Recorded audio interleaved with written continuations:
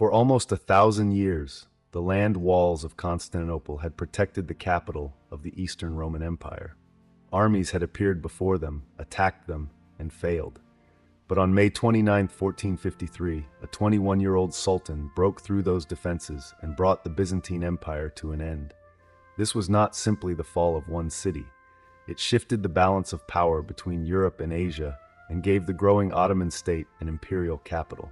Today, you will learn why Byzantium had become so vulnerable, how Mehmed II prepared his campaign, why the famous walls were still formidable, how Ottoman ships entered a supposedly protected harbor, and what really changed after the final assault. Make yourself comfortable, subscribe to the channel, and let's begin. Constantinople occupied one of the most valuable positions in the medieval world. The city stood on a peninsula between the Sea of Marmara and the Golden Horn, beside the Bosphorus, the narrow waterway connecting the Black Sea with the Mediterranean system. Ships, merchants, armies, and information passed through this junction between southeastern Europe and Anatolia. Geography made the city wealthy, but it also made it a strategic obstacle. By the middle of the 15th century, Ottoman territory surrounded Constantinople on both its European and Asian sides. The Byzantine Empire, once a vast power, had been reduced largely to the capital and a few separated territories. Its emperor still carried the Roman title, but his resources were painfully limited. The decline had taken centuries. Civil wars weakened the state. Trade increasingly passed through the hands of Genoese and Venetian merchants. The Fourth Crusade had captured and damaged Constantinople in 1204, leaving consequences that were never fully reversed. Disease and economic contraction reduced the population. According to an estimate presented by the Metropolitan Museum of Art, the city that had once held hundreds of thousands of people had declined to roughly 50,000 by 1453. Large spaces existed inside the ancient walls, but there were too few defenders to cover every sector comfortably. Emperor Constantine XI appealed to Western Christian rulers for assistance. Some help arrived, including a force led by the experienced Genoese commander Giovanni Giustiniani, yet no massive Western relief army appeared. Across the frontier stood Sultan Mehmed II. He had returned to the Ottoman throne in 1451 and was determined to take the city. Constantinople disrupted the connection between the Ottoman lands of Anatolia and the Balkans. It could also serve as a base for rival powers or for another crusading campaign. For Mehmed, conquest offered military security, political legitimacy, and an imperial center unlike any other. His preparation began before the siege. In 1452, the Ottomans built the fortress now known as Rumeli Hisar on the European shore of the Bosphorus. Together with an older fortress on the Asian side, it allowed Mehmed to threaten shipping and tighten control over the strait. In three-dimensional terms, the strategy was clear. Close the northern approach, isolate the peninsula, and then concentrate pressure on the land walls to the west. Those walls were the central problem. The Theodosian defenses were not a single barrier. They formed a layered system with a moat, an outer wall, an inner wall, towers, and protected fighting spaces between them. A successful attacker had to cross open ground, overcome the moat, breach multiple lines, and survive fire from elevated positions. For centuries, this depth had defeated larger armies. But siege technology had changed. Mehmed assembled artillery, including exceptionally large bombards capable of striking masonry with heavy stone projectiles. Popular retellings often give dramatic measurements and firing statistics for one giant cannon, but contemporary accounts differ.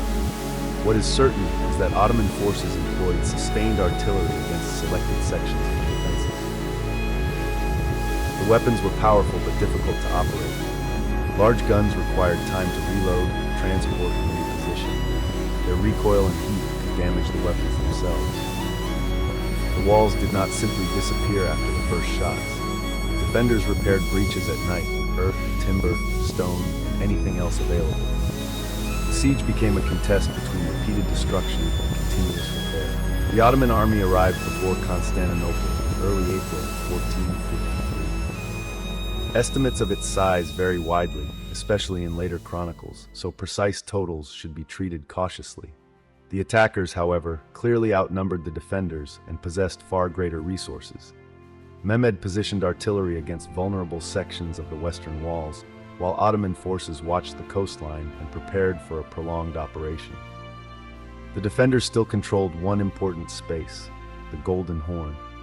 A heavy chain stretched across the entrance to the harbor, supported by floating sections and guarded from both shores. It prevented the main Ottoman fleet from sailing directly into the protected waterway. As long as Byzantine and Allied ships held the harbor, the northern sea walls faced less pressure and supplies still had a possible route into the city. Then Mehmed changed the geometry of the siege. Instead of forcing the chain from the sea, Ottoman crews moved a group of vessels overland behind the Genoese district of Galata and lowered them into the Golden Horn. The exact number of ships differs between sources, but the maneuver itself is well established. Wooden tracks, rollers, labor, and careful coordination carried the vessels across the ridge. Imagine the map from above. The chain remained in place at the harbor entrance, yet the Ottoman ships no longer needed to pass through it. Their route curved around the obstacle on land and ended inside the protected water. The defenders now had to watch a much longer perimeter. Mehmed had not destroyed the barrier, he had made it strategically incomplete. Pressure increased across the city. Mining attempts, artillery fire, naval threats, and assaults forced the defenders to move constantly between danger points. They resisted for weeks. This is important. Constantinople did not fall because its walls were useless. It fell after a coordinated siege exploited limited manpower, technological pressure, and near-total isolation. By late May, Mehmed prepared a final assault. During the night of May 28 to 29, Ottoman units moved into position. The attack came in successive waves intended to exhaust the defenders and exploit damaged sectors. Fighting concentrated near the land walls, especially around the Mesotekion, where the terrain and repeated bombardment had made the defenses vulnerable. Giovanni Giustiniani was wounded and withdrew from his position. His departure damaged morale at a critical moment. Ottoman troops then gained access through breaches and overwhelmed sections of the defense. The precise sequence remains contested because surviving accounts were written from different perspectives and sometimes contradict one another. Emperor Constantine XI disappeared during the final defense. Later traditions describe his last moments in dramatic detail, but no completely certain account survives. What can be said is that he did not emerge from the conquered city, and that Byzantine imperial rule ended that day. On May 29, 1453, Constantinople passed into Ottoman hands. Mehmed entered the city and soon made it the center of his empire. Hagia Sophia, the monumental church built in the 6th century, was converted into an imperial mosque. But the story after conquest was not only one of military victory. The city had to be rebuilt, supplied, governed, and repopulated. Mehmed encouraged and compelled people from different regions and communities to settle in the new capital. Construction campaigns repaired infrastructure and created palaces, markets, religious buildings, and administrative centers. Greek Orthodox institutions continued under Ottoman authority, while Muslim, Christian, and Jewish communities became part of the city's expanding social structure. The conquest transformed Ottoman power. Constantinople connected the empire's European and Asian territories and provided a capital with enormous symbolic importance. From this center, the Ottomans continued to expand during the 15th and 16th centuries, eventually becoming one of the dominant powers of the Mediterranean and southeastern Europe. The event also ended the Byzantine Empire, the medieval continuation of the Roman state in the east.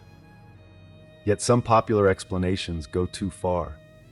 The fall of Constantinople did not single-handedly create the Renaissance, and it did not instantly close all trade between Europe and Asia. Greek learning had already been circulating westward, and long-distance commerce continued through changing routes and political arrangements. The conquest accelerated existing changes. It did not produce every later development by itself.